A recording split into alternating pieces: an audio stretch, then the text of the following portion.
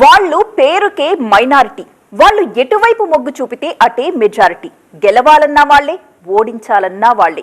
ముస్లింలు గ్యారంటీ ఇస్తే విజయానికి వారంటీ వచ్చినట్లే. అందుకే ఏపీలోని అన్ని పార్టీలు ఇప్పుడు ముస్లిం ఓటర్లను ప్రసన్నం చేసుకునే పనిలో ఉన్నాయి. అసలు ముస్లిం ఓటర్ల మదిలో ఏముంది? గత 2 ఎన్నికల్లో వాళ్ళు వైసీపీతోనే ప్రయాణించారు, జగన్ కే జై కొట్టారు. టీడీపీ తరపున ఒక్క ముస్లిం అభ్యర్థి కూడా గెలిచింది లేదు. ఈ చరిత్రను కూటమి ఇప్పుడు తిరగరాయగలదా? లేక బీజేపీ ఫ్యాక్టర్ మరోసారి ముస్లింలను వైసీపీ వైపే నడిపిస్తుందా?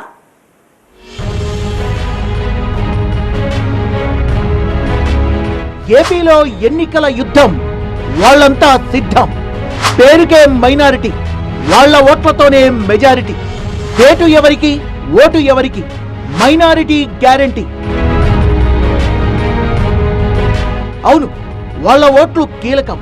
ఎన్నికల్లో విజయానికి 6 మెట్లు కాదు, 7వ మెట్టు కూడా ఉంది. అదే ముస్లిం మైనారిటీ మెట్టు.